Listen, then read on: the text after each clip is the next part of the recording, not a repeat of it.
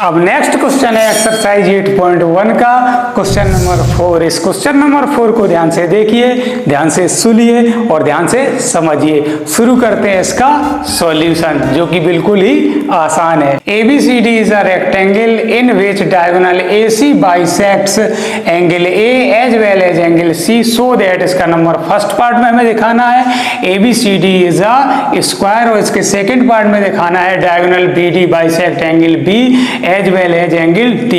तो सबसे पहले AC इसका डायगोनल है जो कि बाइसेक्ट कर रहा है एंगल A को और एंगल C को।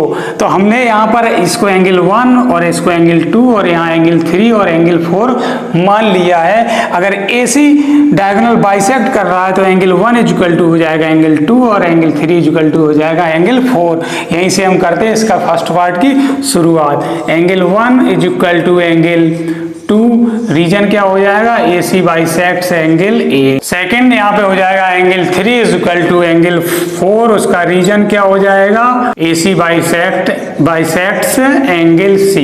नेक्स्ट यहाँ पे हो जाएगा angle 1 is equal to angle 4, वो कैसे हो जाएगा, उसका रीजन क्या होगा angle 1 is equal to angle 4 का, ये अल्टरनेट एंगल हो जाएगा। अल्टरनेट एंगल ये कैसे हो जाएगा, क्योंकि यहाँ पे AD BC के पैरेलल है और AC ट्रांसवर्सल इसको इंटरसेक्ट कर रही, तो वो angle 1 is equal to angle 4 हो जाएगा। और यहाँ पर angle 3 is equal to angle 4 हम पहले दिखा चुके हैं, तो यहाँ पर एंगल 4 की जगह हम यहाँ से एंगल 3 लिख लेंगे एंगल 4 की जगह, और एंगल 1 एज इट इज रहेगा।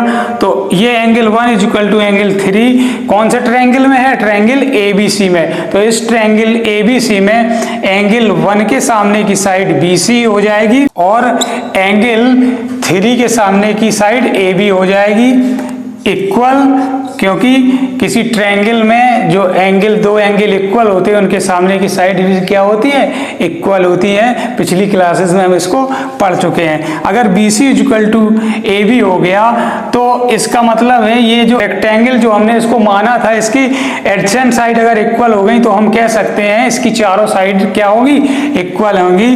Therefore ABCD is a square.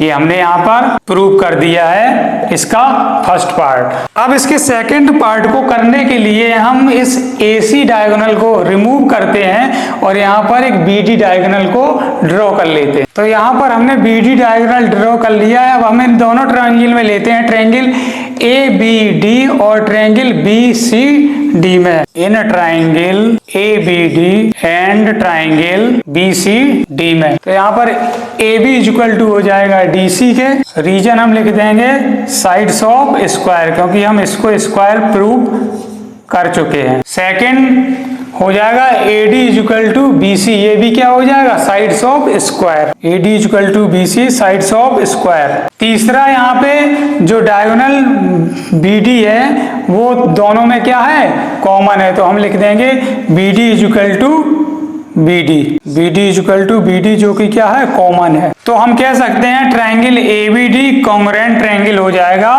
BCD की।